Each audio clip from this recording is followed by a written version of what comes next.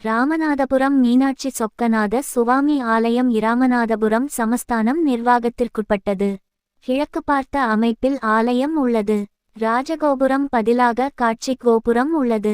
ஒரு புறம் வல்லபை விநாயகர், மறுபுறம் பால தண்டாயுதபாணி தனித்தனி சன்னதிகளில் ஆலய முகப்பு ஒட்டி அமைக்கப்பட்டுள்ளார்கள்.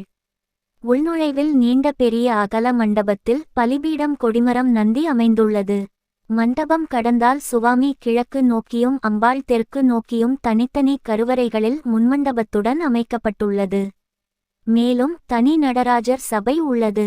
பிரகாரத்தில் தெட்சிணாமூர்த்தி, கன்னிமூலை விநாயகர், லிங்கோத்பவர், துர்கை, சண்டேஸ்வரர் சன்னதிகள் அமைந்துள்ளது. மேலும் வள்ளி தெய்வானையுடன் முருகன் மற்றும் சரஸ்வதி மகாலட்சுமி தனி சன்னதிகள் உள்ளன. பைரவர், சூரியன், சந்திரன் கிழக்கில் உள்ளனர். கோதண்டராமர் ஆலயம், சிவன் ஆலயம் ஒட்டி தென்புறத்தில் தனியாக கோதண்டராமர் தனி ஆலயம் உள்ளது.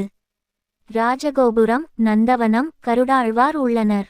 நீண்ட வெள்வால் நெற்றி முன் மண்டபம் கடந்து சுமார் 10 படிகள் ஏறினால் கிழக்கு நோக்கிய தனி கருவறையில் கோதண்டராமர் உள்ளார். சிறிய மாடக்கோவில் அமைப்பில் உள்ளது. பிரகாரத்தில் சிறிய அளவில் சக்கரத்தாழ்வார் உள்ளார். வடக்கு பிரகாரத்தில் பெருமாள் அவதாரங்கள் படங்கள் உள்ளன.